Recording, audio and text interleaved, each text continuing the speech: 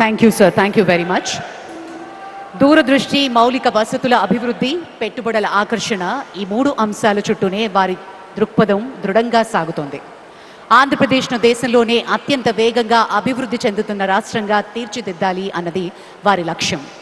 విమానాశ్రయాలు, పోర్టులు, పారిశ్రామిక corridors, IT hubs, logistics networks, వీటి అభివృద్ధి వారి ప్రాధాన్యత వహిస్తారు.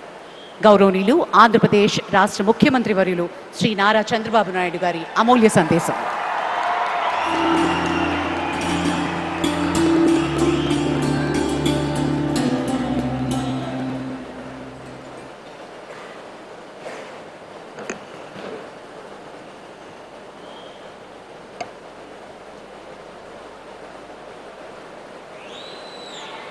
భారత్ మాతాకి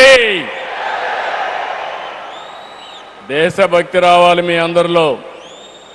భారత్ మాతాకి, భారత్ మాతాకి, తెలుగు తల్లికి, తెలుగు తల్లికి అందరికీ నమస్కారం. Honourable prime minister Narendra Modi గారు, ఆనరబుల్ గవర్నర్ అబ్దుల్ నజీర్ గారు, ఉప ముఖ్యమంత్రి మిత్రుడు పవన్ కళ్యాణ్ గారు, వేదికపై ఉన్న పెద్దలందరికీ ఈరోజు అల్లూరి సీతారామరాజు ఇంటర్నేషనల్ ఎయిర్పోర్ట్ సందర్భంగా ఉత్తరాంధ్ర ప్రజలందరికీ ముందుగా శుభాకాంక్షలు. ఉత్తరాంధ్రలో కొత్త చరిత్రకు నాంది పలికేలా ఎయిర్పోర్ట్ నిర్మాణానికి సహకరించిన రైతులందరికీ ముందుగా పాదాభివందనం చేస్తున్నాను. మీరు కేవలం భూములు మాత్రమే ఇవ్వలేదు, ఉత్తరాంధ్రకు బంగారు భవిష్యత్తు ఇచ్చారు. నేడు ఉత్తరాంధ్రకి ఇంటర్నేషనల్ ఎయిర్పోర్ట్ వచ్చింది. ఉత్తరాంధ్రకి అంతర్జాతీయ ఐటీ దిగ్గజం గూగుల్ వచ్చింది. ఉత్తరాంధ్రకి ప్రపంచ స్థాయి స్టీల్ కంపెనీ ఆర్సీఆర్ మిత్తల్ వచ్చింది. ఇంకా ఎన్నెన్నో. ఇవన్నీ ఎలా వచ్చాయి? ఒక్కసారి మీరు ఆలోచించుకోవాల్సిన అవసరం ఉంది. 2 ఏళ్ల క్రితం విధ్వంసమైన రాష్ట్రం. ఆ రోజు నేను, పవన్ కళ్యాణ్ గారు, నరేంద్ర మోడీ గారి నాయకత్వంలో మీ అందరికీ ఒక హామీ ఇచ్చాం. రాష్ట్రాన్ని పునర్నిర్మాణం చేస్తామన్నాం, నిలబెట్టుకున్నాం.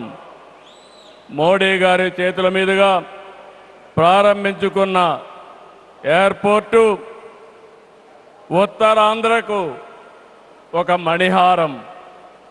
నేను అందుకే పదే పదే చెప్తున్నాను, ఉత్తరాంధ్ర కళలకు రెక్కలొచ్చాయి. ఎర్ర బస్సు రాదన్నారు, ఎయిర్ బస్సు వచ్చింది. అవహేళన చేసిన వాళ్ళు అడ్రస్ లేకుండా పోయే పరిస్థితికి వచ్చారు.